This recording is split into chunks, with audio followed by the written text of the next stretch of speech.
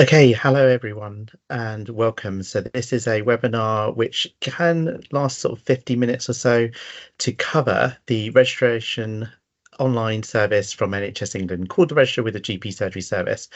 So as you've heard, this session's been recorded. If you don't want to be captured, please make sure you turn off cameras and mics. Can I really encourage you use the chat functionality throughout, raise questions, make the most of this time. As an introduction, my name's Shankar Vijay. I'm a GP by background, GP mainly in Northwest London, so just off over the border from yourselves. But I'm part of the London team that leads on digital transformation as part of NHS England London. So that's the team I'm part of. And the product I'm talking about, the registration product, you can see on the left of this slide is basically an online form that patients can complete to register with a practice. And throughout there are QR codes. So you can scan the QR codes for using your mobile phone or something if you want to get more information. So the top right, you've got one that gives you more information generally. And the bottom left is one that gives you the ability to test the registration process as if you're a patient. The slides have been circulated now, so if it's easier to click on them, you can do that too. Sometimes they say a picture's 1,000 words, so sometimes a video can be even more. Here's just a light-hearted start to it. It also gives some time if people are joining. Was working on his laptop late one night when his eyes beheld a ghoulish sight. He could not log in despite several tries, and then suddenly, to no one's surprise, he did the mash. He did the healthcare mash. The healthcare mash. It was a keyboard smash. He did the mash. The website would crash. He did the mash. And he did the healthcare mash. Could design such a site so flawed and so sloppy. The code is so ancient, perhaps it was Hammurabi. He tried to apply, but the site would suspend. I've seen a eunuch with a more functional front end. He did the mash. He did the healthcare mash. The healthcare mash. It was a keyboard smash. He did the mash. He tried to clear his cache. He did the mash. Then did the healthcare mash. Hundreds of millions of dollars were spent for a website that has trouble loading. How could the government's web designers create a site with such awful coding?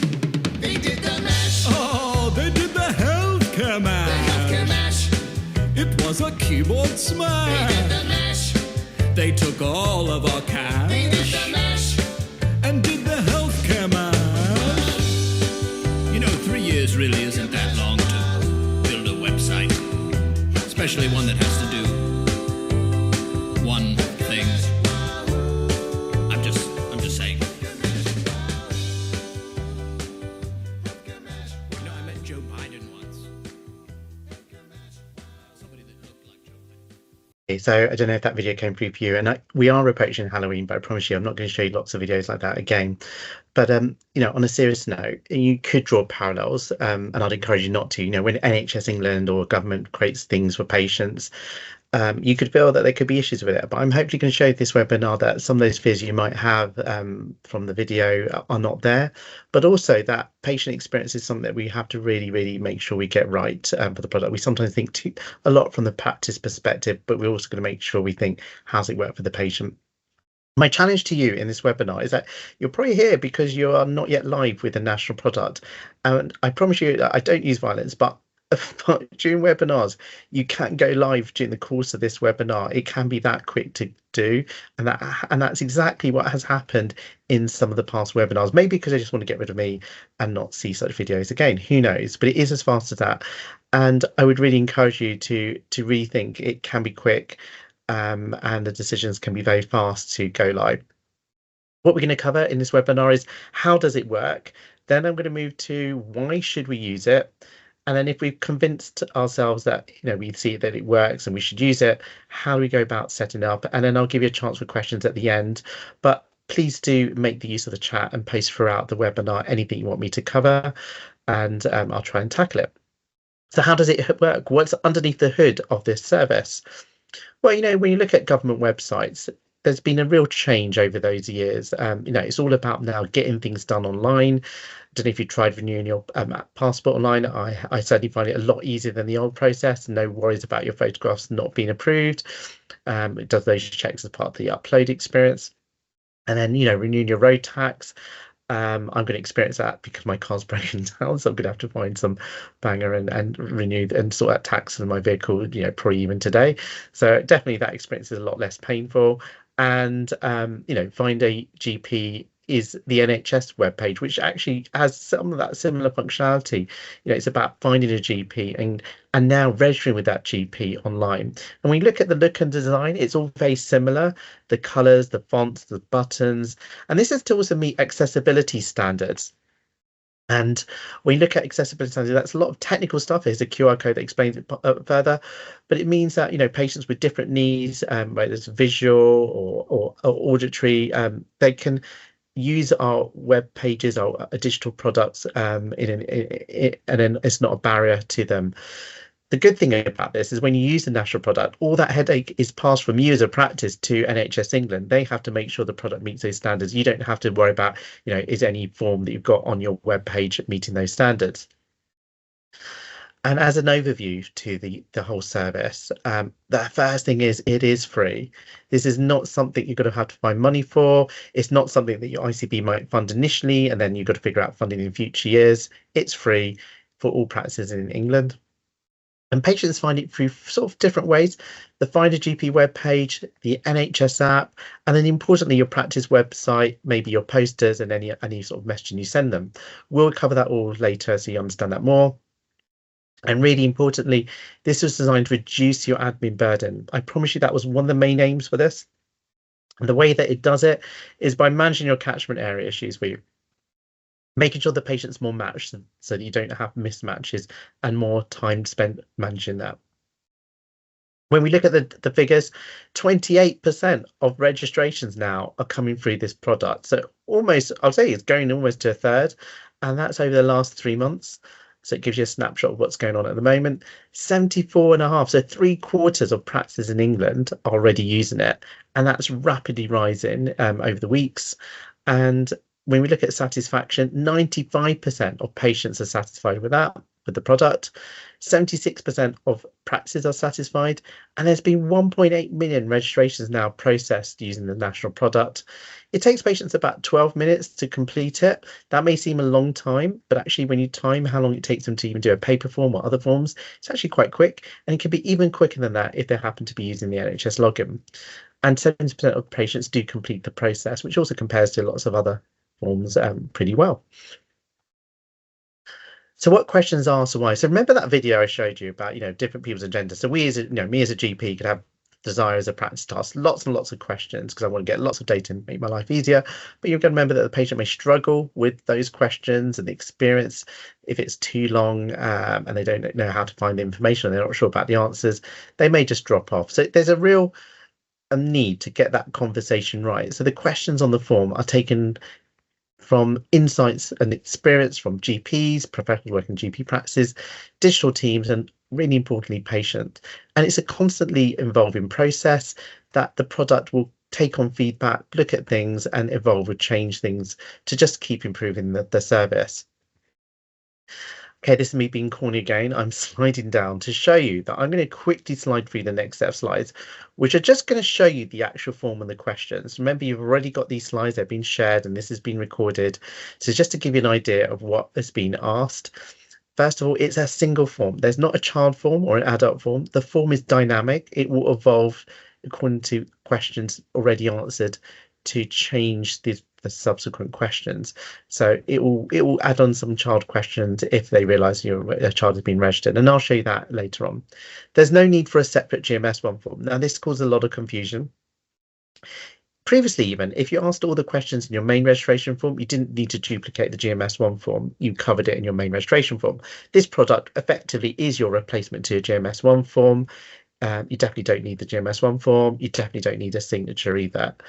And then thirdly, the first step here, when it's asking about registration, it's asking the patient whether they have NHS login, but it's optional. They can definitely continue without it. So it's not a barrier if they haven't got an NHS login set up. So when you look at the adult registration, it asks about name, then it asks about date of birth. It then asks them if they know the NHS number, and it helps signpost them to where they could find it if they don't, but they can continue without giving the NHS number. It asks about if they've been previously registered with the UK GP, asks about their current UK address. And then this is where the experience starts to change. If your practice does not accept out of catchment area registrations, and you've submitted that from your EDEC submission, then this is the experience the patient gets. They get told if their postcode is outside your catchment area, they get this screen saying that you won't accept registrations from this address, and it navigates them back to find a GP to find an alternative GP practice. If your practice might accept out of area registrations, and that's what you've done in your EDEC submission, then the patient gets this sort of message which explains to them that it doesn't that you might process a registration, but is not guaranteed. So it makes sure their expectations are set correctly, and it gives the option to continue with the registration or to find an alternative GP. So that's how it manages it for you if you do possibly accept out of catchment area registrations. Next question asks about contact details, asks then about gender, then about ethnicity, then if they need an interpreter, and if so, what language. Then this is the next optional question. So you have the choice to put this into your questions. The ability for the patient to choose or change a pharmacy for their prescriptions. Personally, I think this is really useful to have in because often they're moving geographical areas. It reduces the workload for your practice to later manage this. If you don't change their settings, it could be that their first conversation with a GP, the GP doesn't realise, they send their prescription to their old pharmacy hundreds of miles away potentially, and there's that whole process of needs to cancel, then reissue or manage that. So if they do, if you do have this question, they see this experience, it gives them the ability to choose the type of pharmacy they want, an online or a high street pharmacy. Then when they choose it, they get a list of pharmacies based on a postcode that they put in, and it can give them even more details at a particular pharmacy level, opening hours, contact details if they want to learn more about that pharmacy. So it helps manage all that for you, and they can select a pharmacy obviously on that list. Then if you look at the next question, we start to move into GMS1 style questions. So are they registered with Defence Medical Services? Do they have emergency contact? And if so, the details. Then about if they've recently moved to UK, and then details where they were being born, if applicable. So again, about where they were born. Again, further questions if they've got a recent move to the UK. So just asking some further clarifications. Again, very GMS1 style questions. Then this is also a newer optional question that you have the ability to add, which is has the patient ever spent more than 6 months in a country where there's been increased risk of TB? This will only activate if it's appropriate for that patient based on their previous questions. So this is an optional question that can be added on TB screening.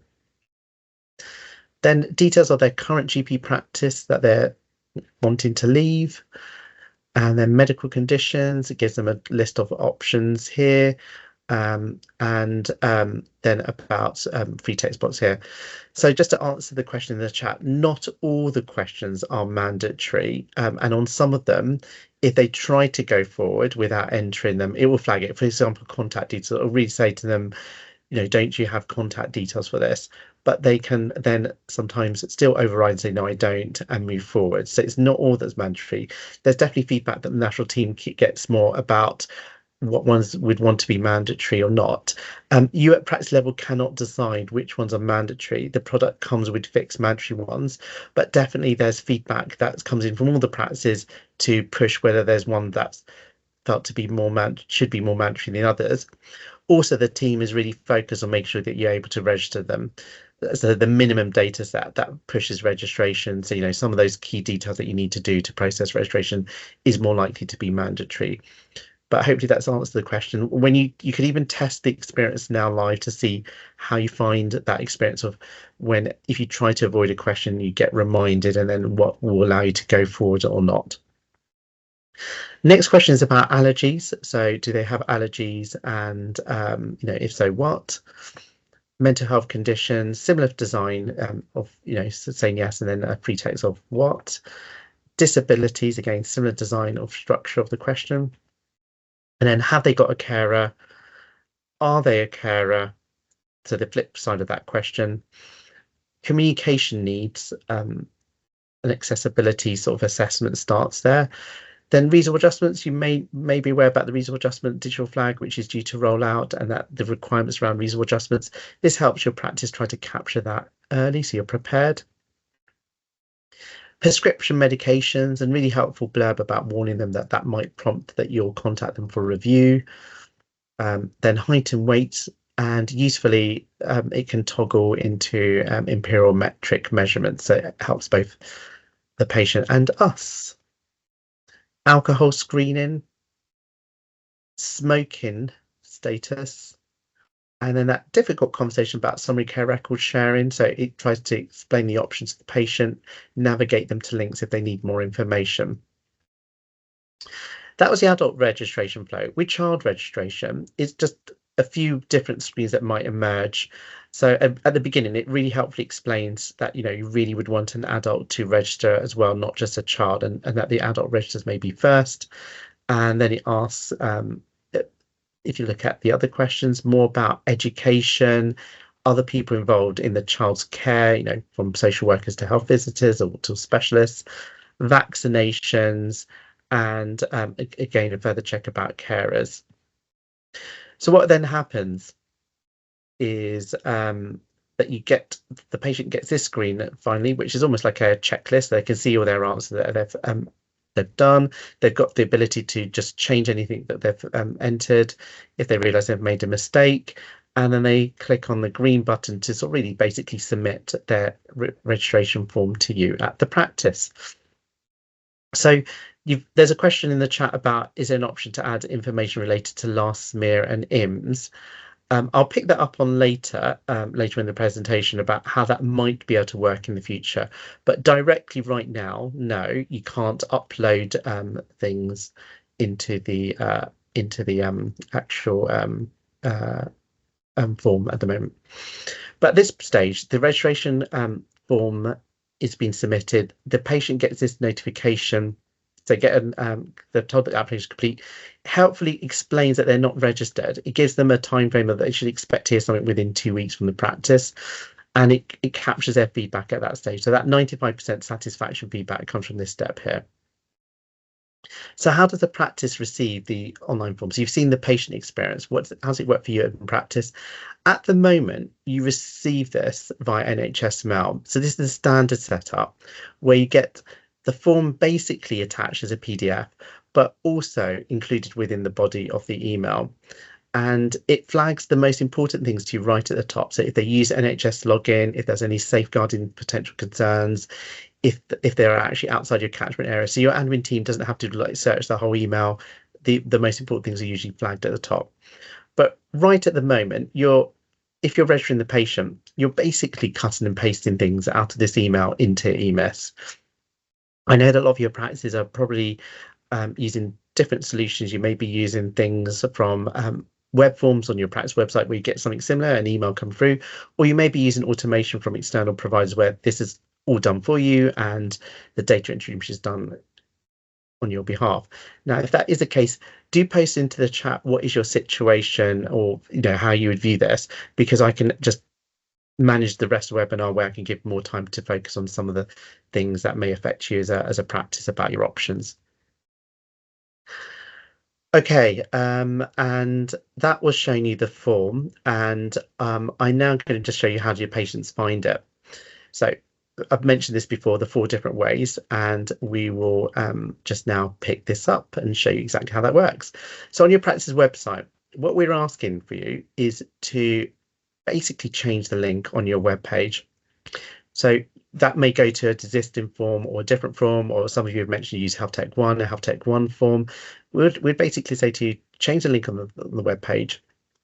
You'll get a unique link, which I'll explain later, for the form for your practice, but also put it into all your comms and material. So this is a poster that is part of the national comms set. Basically, if you create a QR code for your link, stick it into the poster, and I'll show you this all a bit later on. I'd recommend that is displayed on your front door, so that if patients have wandered to your premises and you're physically shut, they see that poster, they scan the QR code and they start their journey. And I'd also suggest maybe near the reception desk, if someone's walked in and queuing up thinking, how do I register? Maybe they might spot that poster and scan it, and it just reduces the traffic at your reception area. Maybe that's where I'd say that the key promotions are. NHS webpage. So this is the next change. When you find a GP webpage and you see the list of practices that return for a patient, there's now this really big bold link that says register online with this practice. Now that link can only appear if you're live with the national registration solution. If you're using any other online solution, you cannot get that link. And when the patient clicks the link, they get to your form for your practice. And here we have the NHS app. It's basically the similar process as Find a GP. So they can navigate it through the NHS app. I've created a video. So if you scan this QR code, you can see how it works for the NHS app. Maybe it's slightly faster because they're already using the NHS login already for the NHS app. It's integrated. They don't have to re-enter the NHS login. It pre-populates, pre-fills some of the information for them from the NHS login. So it's potentially a little bit faster in some ways. And obviously, as we know, our patients are using mobile more and more than desktops. And it could also fit with the strategy that we increasingly promote the NHS app to, that they might register more through this process too. And again, only the national product is integrated with the NHS app. There's no plans for any other forms, any other products to have any integration with the NHS app for registration. And then importantly, look, I know that I'm a digital lead, but I do not underestimate the digital exclusion. That digital does not work for everyone. There is also a paper form product. This is how it looks at the moment. It was first launched over a year ago. I think it's about to have its first update. But this is the current version. So this is page 1 and page 2 of it, page 3, page 4, page 5, page 6, page 7, page 8. Personally, I think it looks quite professional. Even if you had to localize it, you want to add some extra questions, maybe you could add further pages or questions at the end. Okay, so that's how does it work? Looking at the questions and the thing, we know about how many pages the PDF is when the practice receives it. It can vary. It's not overwhelming. It's usually 3 or 4 pages, but it obviously can vary based on how many responses the patient gives, whether that has more content. And like I said, it's not just in the PDF, it's also put into the body of the email that the practice receives. So that was how does it work. Now we're moving on to why should we use it. Some of us may be totally paper-based or mainly paper-based with registrations, and you may not be convinced that this is a move forwards. If that's the case, please just look at additional information that I've provided and actually just test it yourselves. But I think most of the people on the call probably are doing something, either using your web page. Some people have mentioned using things like Health Tech One. So let's just see what is the situation now in England and locally. So already in England, in less than sort of a year and a half, about 3/4 of practice, the 3/4 of practice are using this product. In London, our situation is lower than that. We're actually near the bottom of the country. So if we look at London, we're at 61 when I say near, we are at the bottom of the country in terms of region, 61.3% alive. And then when we look at ICB levels, you can see that variation as well. So Southwest London is over 80%, so actually above the national average. Northwest London, we're close to the national average. And then if we look at NCL, we're at 54% at North Central London. So that's probably another reason why we're doing this webinar. And we're obviously grateful for your being here today, because it is to understand that journey that the country is rushing to go live. And that's why we're asking you guys to consider going live as soon as you can. So these are the 80 practices that we think are not live at the moment in NCL. The data is updated every Wednesday, so this data is only as accurate as last Wednesday. So hopefully your practice is on this list and that's why you're here. I'd also say if you're not on this list, there could be some confusion. You may have actually activated but not realised you're activated, or you might not have set yourself up. So again, it's sensible that you're here in the webinar.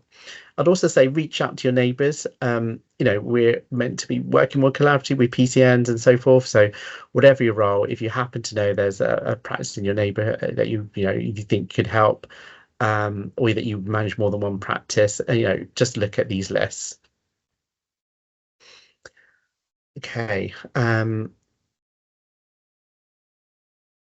I'm going to pick up the Health Tech One questions a bit later on, because I see the questions chat, and I can ask you to also keep coming with the Health Tech One things. If you're a Health Tech One customer and you've got particular questions of things you can do at the moment, you think you're confused by, let us know. Drop a comment in the chat. But if we look at the benefits, I picked up on, first of all, there is a reduced admin burden depending on your starting position. The accessibility standards I've mentioned is a headache that's part of NHS England. It manages your catchment area. It's GP feedback. Now you've got 75% of practices live. The volume of feedback is even higher. So even the questions that raised earlier on about what's mandatory or not, you got that huge volume of feedback saying we think this should be mandatory because it reduces this headache or not, and the team can adjust some of those settings, and it's free to join. But this is the bit that I think in the chat we need to think about, the automation of this. And some of you using Health Tech One already. So I just want to demystify one big confusion. If you're a Health Tech One practice using the Health Tech One form, you can continue using Health Tech One for automation. You just need to ask them to, and I can even explain how that works. Even if you don't ask them, they will pick it up anyway. But you need to ask them to automate the national form rather than their form. You may have even received an email from Health Tech One. They are actually committed to moving all of you across from their form to the NHS England form anyway. I'd encourage you not to leave it to last minute and maybe do it proactively with them. And I'll explain more detail about that. From what also we understand, their cost does not change to you. You still get the same costing for automations of the national form or their own form. So there's no cost difference. And we'll also explain, I'll probably touch on in a moment, about increased functionality that may come to you as a Health Tech One customer, which can also resolve some of the questions that you might have about localization.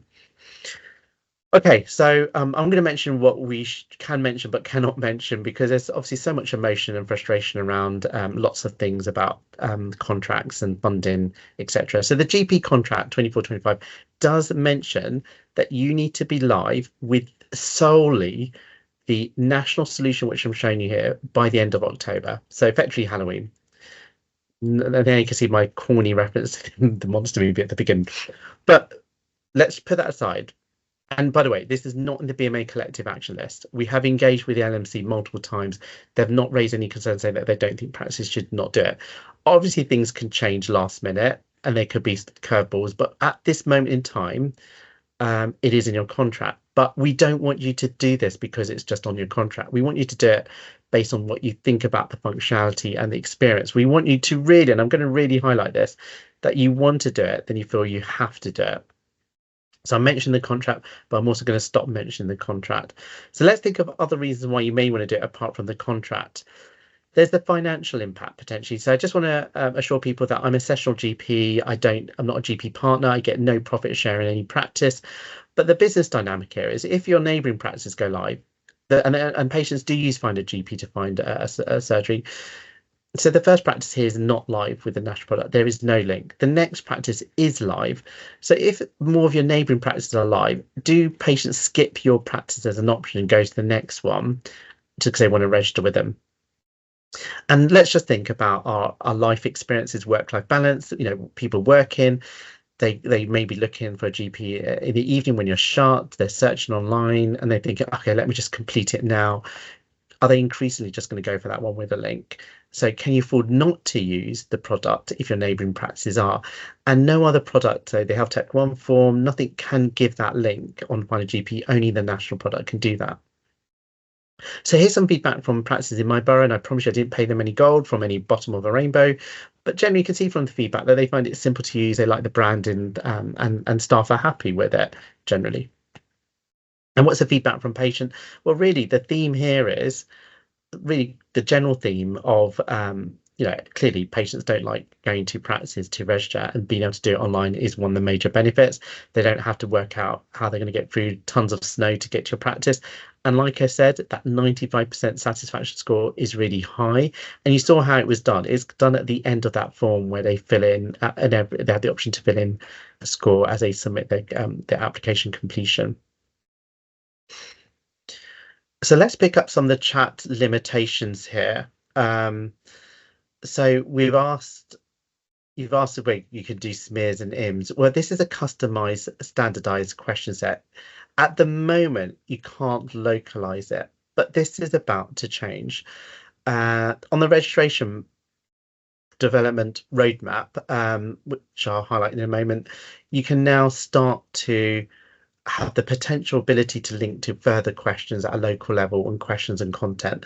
That functionality is due to arrive literally in October, so it may be a couple of weeks away, and that's an ability. But I just want to say what the situation is now if you don't customize. Just to think about this, do we ask too many questions to our patients? Is it a real barrier to registration? And do we get decent answers back? Remember that picture I showed you about me talking to that animal, that bird? And, we can think it's a lot. We want to answer all these questions. Does the form become really, really long? Does the patient drop out? Do they give us answers that are actually useful? So just a question really about that. And we can also keep flagging to the national team questions that we want them to add on or change in their product. So, we also have that ability to keep that feedback. And now that 3/4 of the country are live with it, obviously the power of that feedback increases all the time. Do we actually, as practice level, use all the data we receive in the registration form, or does it just get filed? Do we really use all that data? So if we don't use it, do we really need to ask all the data that we do ask? And then we get a lot of GP to GP transfer records. I appreciate that it's not all patients, but are we duplicating some of the data questions and asking when we're actually going to get that information later? So I think there's also a conceptual bit about, does all the data need to be asked at the point of registration versus later? And I know we thought that that's the best time to ask, but I'm also going to suggest, what about our existing patients? So that patient who might have been a loyal patient, registered from birth, never moved, why is it that we don't reach out and ask them questions again? Because their situation may have changed. Why does it only at registration we trigger it? So I think these are questions that we need to think about when we look at the whole process. And then the second bit is about the bit that we can't upload documents, so ID, proof of address, immunisation history, or records as part of the registration form. But again, I'll just suggest a couple of thoughts about this. We're not meant to ask about ID or proof of address as an essential requirement to register. It can delay the process and admin. And even if we get some of those documents, what do we do with it? We're not meant to, we can't store them in the patient's record. We're not meant to do that. We're not meant to really even locally store it. It's sensitive information, so we're meant to delete it. So even if there's a query in the future, you can't look back at what they gave us because we're not meant to have stored it. And we're not digital experts to work out whether they've photoshopped it, altered it, whether it's genuine. So the NHS login, which is provided as an authentication route, is probably one of the most secure ways to authenticate identity rather than anything they can send us as documents. But even if we want to do this, we can supplement the process. We can obviously use two-way text messaging to get things sent to us. We can ask them to email things across if needed. So I know that may not be viewed as ideal, but that is still an option that's available to us now. And then this question I'm going to ask out loud. We could buy products. I mean, from the chat, even you can see that people have bought products, but do we actually test what we buy? Or do we just assume that other people must be using it, must be safe? So as an example, like some of the other products on the marketplace, some of the leading products in the market space, when I test them, the glitches that I found, that, ask the patient to select their own SNOMED codes for allergies on drop-down lists that then automatically are coded into. I mean, is that safe? I mean, we have challenges with SNOMED codes ourselves. I mean, how can patients do that? And the risk of just collecting the wrong drop-down box in that, missing off things like asking about carers, missing off things about even British Sign Language being missed off. So lots of glitches that can be there in products that we buy, and we just didn't test the patient bit. We just looked at how's it arrived to us as a practice level. So it passes that headache away from you at practice level to the NHS England team. So that's one big advantage, I'd say. Then if we look at the safety element of this and the future of this product, the roadmap here is something I really want to flag. So we are basically mentioned already that there's this local question or content that's about to potentially roll out in the coming weeks. So the ability will be there for practices to add a sort of it's called a, like a local local jump off. So at the end of the national form, the patient might see a box saying, "Would you like to now continue with some further questions your practice would like to ask?" And your providers could add on to that. To those who are using Health Tech One is already fully aware of that and connected with the national team. So it may be that Health Tech One offer you some additional questions that were not covered in the national form that you still had on your Health Tech One form, and you get basically the same experience. And from what we understand from Health Tech One at the moment, they're not going to charge any differently from that. So that's how that might work for you as a Health Tech One customer. But also, what automation providers might not emphasize to you is that the core GPI system should have integration with the national form. So at the moment, the deadline is 31st of January 2025. That EMIS and TPP should have direct integration. So this can help save you money. The form goes straight into your EMIS, and then that is coded, structured for you. It's just been accepted. So you don't even have to have maybe some of that third-party automation costs that you're currently funding at the moment. Now, in reality, the first wave of this functionality probably will not automate all patients. It's going to be a phased approach. The first wave may automate, it may be even like, suppose the first 25% of your patients' registrations, the sort of simpler stuff initially, and then future waves should increase the amount of automation that happens. But actually behind the scenes, and this is where it gets a bit jargony, so I won't dwell on this too much, but the machinery behind the scenes about how registrations are processed is actually changing too. So at the moment, it's been done by the National Health Application and Infrastructure Services, NHS. That's effectively been decommissioned, replaced by the Primary Care Registration Management System, the PCRM. May seem like total gobbledygook, but it also gives additional functionality. It will mean that contact details from patients get updated more. We get pharmacy changes updated more as well, so it again reduces workload and admin. And this is basically similar to what happened with cervical screening when that was also using NHS and OpenExtra, and that was replaced by CSMS. So this is also the roadmap that's happening behind the scenes. So here's an example of automation. So you can see one of the automation providers, and if you haven't heard of automation, think of it as a robotic software process, like a bot is effectively typing the information into your EMIS and pulls the information across for you. And here are the providers that can do this: GP Automate, Health Tech One, JIF-JAF, and there is also a fourth raw-free provider that's trying to work on this too. The first three are live with products do this. So also you're now in a competitive marketplace. When you're in a national product using a national form, obviously you've got more than one provider that can automate, and you can obviously shop around. If you want more information about the whole automation experience, you can look at the QR code bottom right.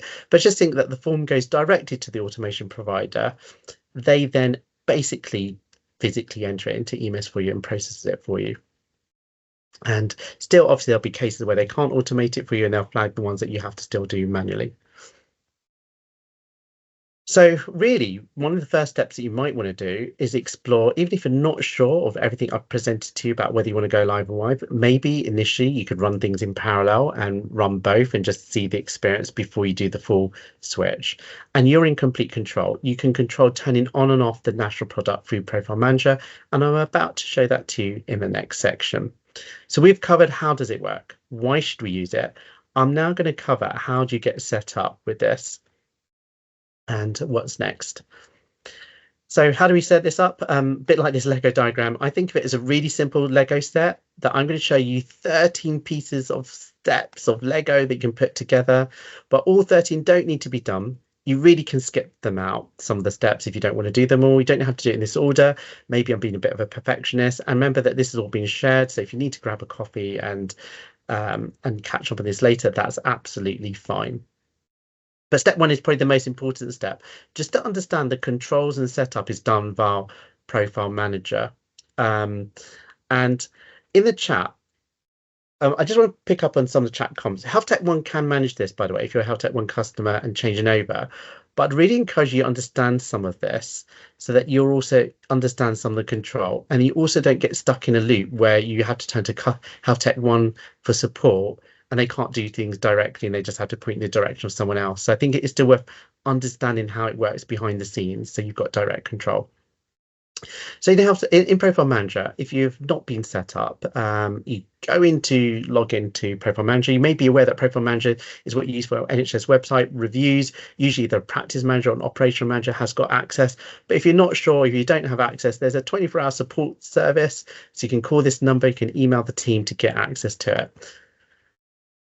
Once you log into Profile Manager, you'll see this box here that says sign up for register with a GP surgery service. We're going to come to this box a few times. So I'm going to show you this a few times. So just remember this box exists.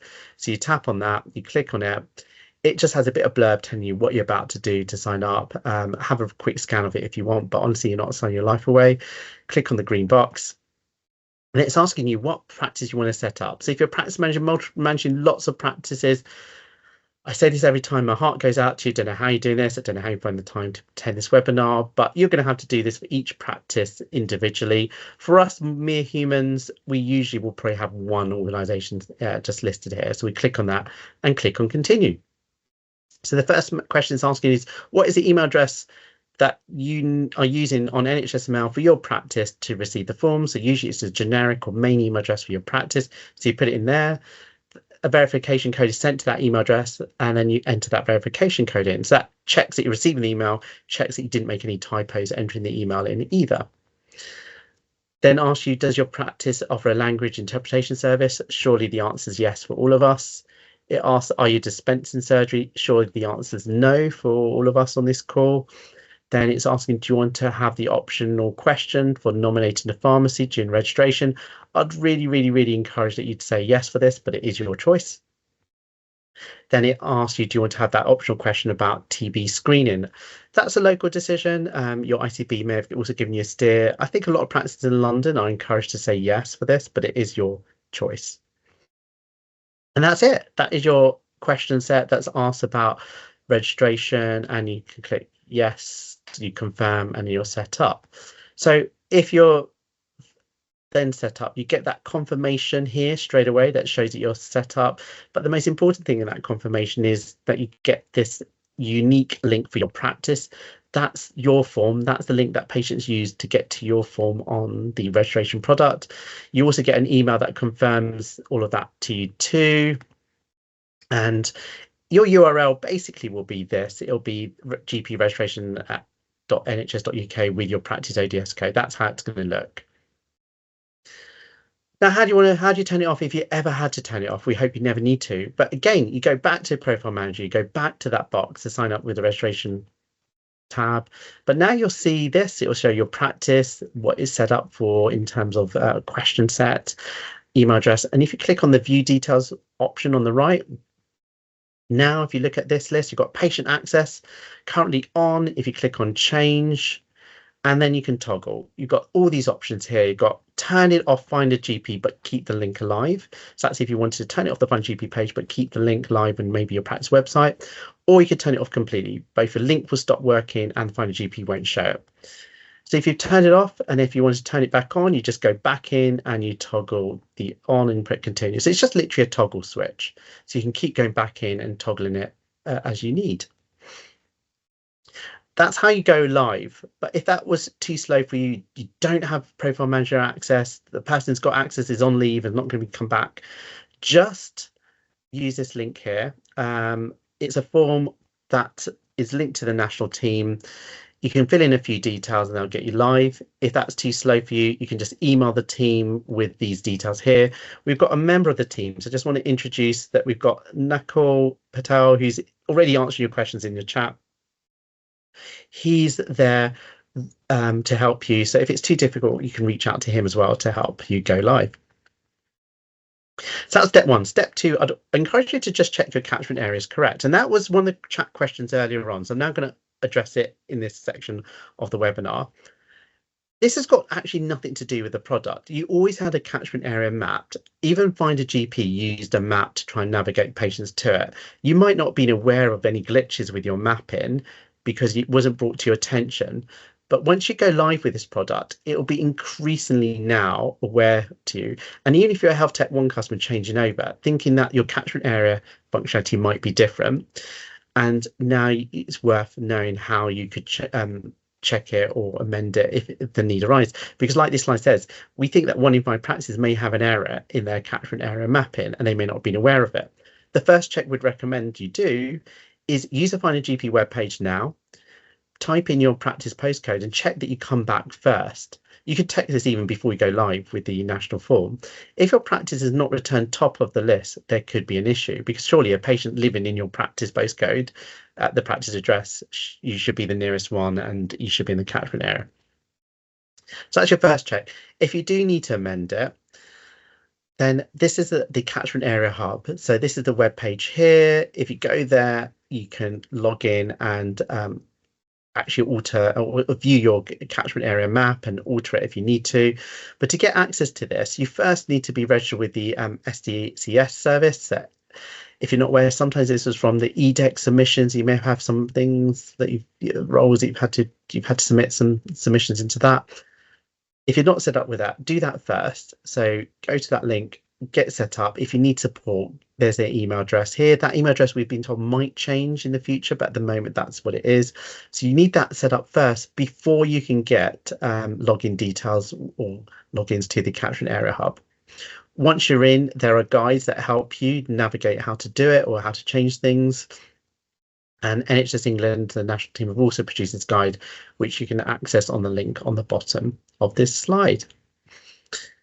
That was about the catchment area hub and the tool, but the top level preferences of, whether you accept out of area or not registrations, that comes from your EDEC submission.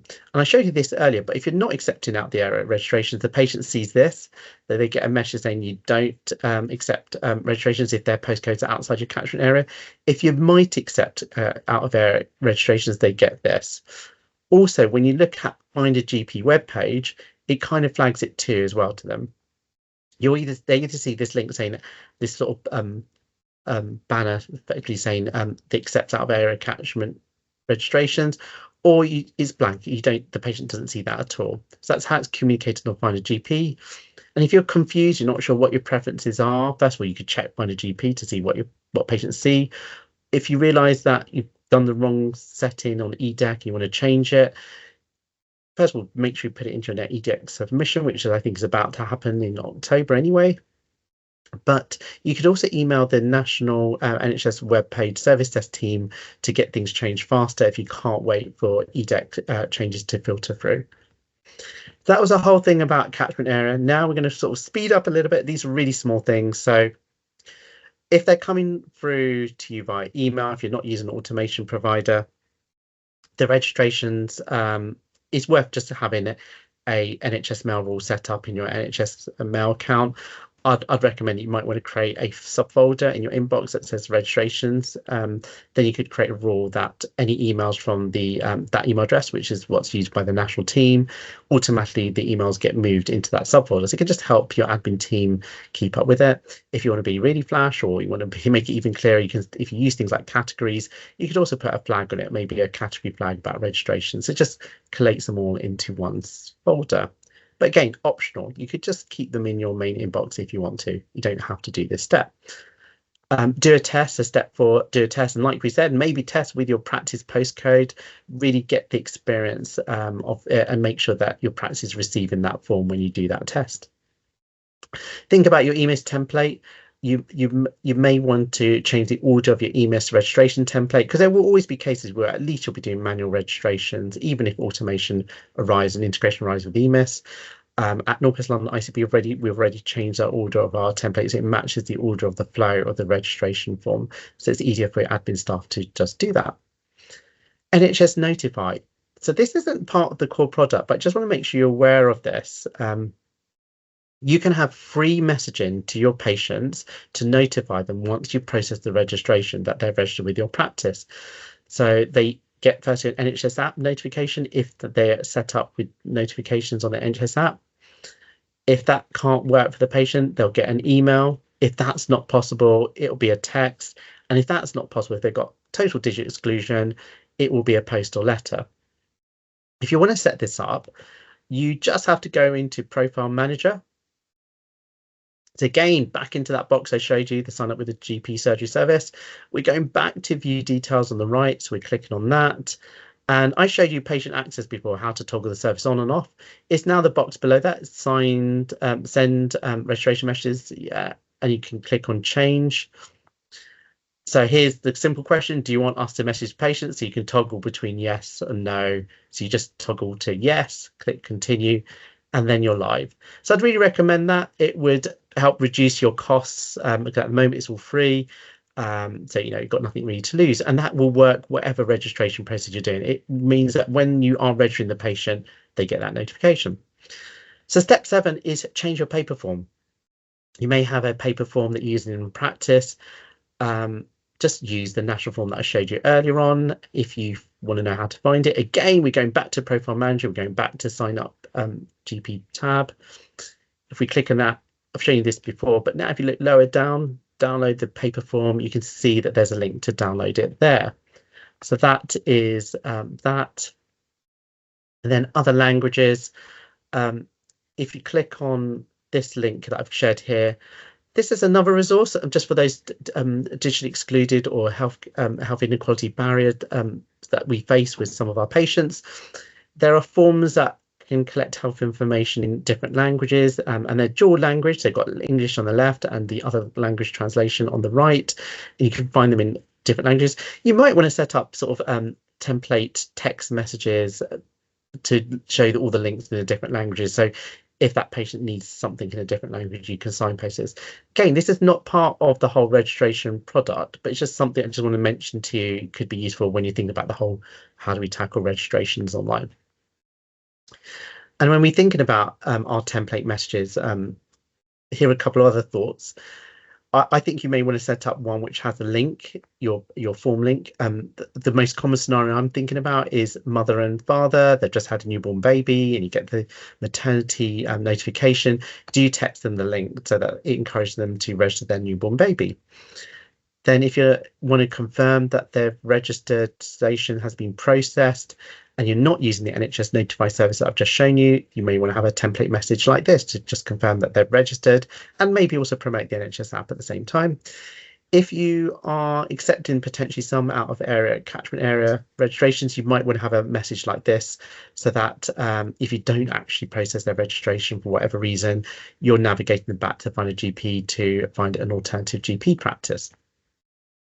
Step 9 is updating your web page and putting the link in.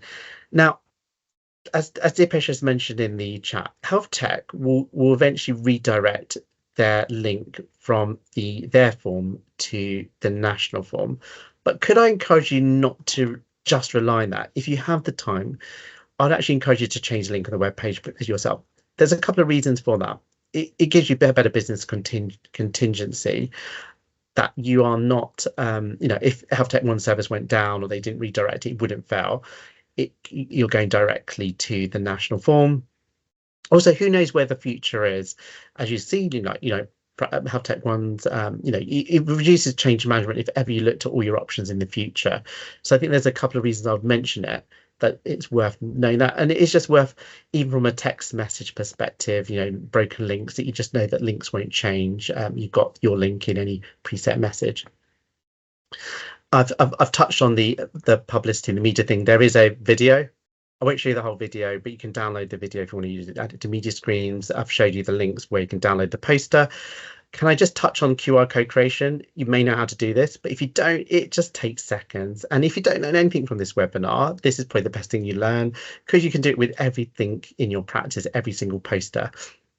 So on the Edge browser, if you paste in your link for your form into the search bar and you go to the page, just click at anywhere, right click on any white space on the web page, and you'll see this option, create QR code for this web page. If you click on it, it creates a QR code for that URL, and you just put copy and you can paste it into your poster. You can do exactly the same with the Chrome browser. The only difference is that you get a lovely dinosaur in the center. So if you love dinosaurs, you love the Jurassic Park movies, you can keep the dinosaur. But really, this is also dead space that you can use creatively. So if you want to put a practice icon or logo, and you're a bit more, you'd love to sort of altering pictures, you could paste something on top of that dinosaur. So that's the second way. And both these methods are free and very simple to use with just a few clicks. Step 11 would be about if you have an auto reply message on your email address, I'd encourage you to think, well, in your auto reply email message, do you just also subtly signpost to where they can register? So once you register with your practice, visit this and put your link there as well. Might just reduce some of your queries. If you get an email randomly about how do I register, the patient's already got the reply automatically, and you may reduce workload for your staff. Similar, step 12, maybe you have a key reception lead or admin lead that often deals with queries. Maybe they might want to put it into email signature too, so it just acts as a reminder as well. Then finally, step 13 is really your team has to get behind it. They have to test it themselves to believe it. You can't really promote a registration form or product unless you've tried it yourself and believe in it, is my view. And they've got to really believe that a lot of this is not just some strange thing from NHS England. It is to try and reduce admin workload for the practice. So there's definitely benefits for the practice staff too. So we've raced through, we've come to the final section of this webinar about questions. I know we're running out of time as well. So this final slide, which just gives you those most useful links that I've covered in the webinar. So good reference final page, and hopefully most of your questions have been asked in the chat and we've answered them. The things I would highlight, so picking up the questions, we'd have Tech 1 questions in particular. The catchment area thing, don't rely on Health Tech 1 to manage your catchment area. Understand now that that's a separate product, and I've shown you how you can view and check it, amend it, alter it, because Health Tech 1 can't do anything different, and they can't even usually get access to the platform to amend it for you. So I'd do that yourself. Understand that the controls, the profile manager, the controls of yourself. Again, in the future, if another question or functionality comes out, just know that you can go to profile manager, alter your settings. I think it's important for you to learn. You can actually even add delay because Health Tech 1 can't automatically do it. They just have to pass a message on to a relevant teams. It can actually add delay or confusion. And because this is like a longevity product, I would encourage that, maybe going live, Health Tech 1 could help you go live quickly, but they may not optimize you or keep you in the loop. So, you're better off also knowing how you can access profile manager and control things yourself as well. Also, some of those comms, the posters, you may want to just adjust it yourself. Like I said, you may have a poster or material already, but do you need to just create a QR code with that link? So it's just correctly navigating to the things. It even makes it just slightly faster. Having it going to one URL that redirects to another, it does add split seconds to the time the patient gets versus just going directly to that URL. Are there any sort of final questions? Nicole, there was one question in the chat about child registration. I didn't answer that directly because it's actually a bit more complex because the flow changes. If it's a toddler, some of the questions change. If it's not appropriate, I know there's a recent change where they took out some questions they thought was not appropriate for a really young child versus that. But it is dynamic. It goes both the age. I mean, Nicole, is there anything you may want to add to the child registration flow experience? Don't know if you're... But we can pick that up more even later on about the different age thresholds for the different questions. Are there any other questions? If not, I just want to really end by saying thank you for attending. Thank you so much for your time. I really, really, really understand that you're really busy. I just want to thank Nusrat for all her efforts as well. She's behind the scenes, really helping you guys. We're trying to understand the process. If there's things that you wish could be covered or weren't covered, don't be shy to reach out to us. You can email me directly, even email Nusrat, we'll pick them up. We're really here to try and help you understand the product and hopefully go live as soon as you can. And if you do have concerns, Sarah, thank you very much for that. I felt like I didn't answer all your questions straight away, so yeah, thank you. But just understand, and the biggest thing is we're now we're now trying to help the practices that are live with certain things. So hopefully you can see that maybe we demystified. If you're using a product for automation, you can still use it. We just ask you to change the form. We're not asking you to change everything. Okay, I'll let you go. And hopefully you have a quite a day ahead and not overwhelmed with lots of things in primary care. But thank you for your time, and don't hesitate to reach out to us if there's anything we can do.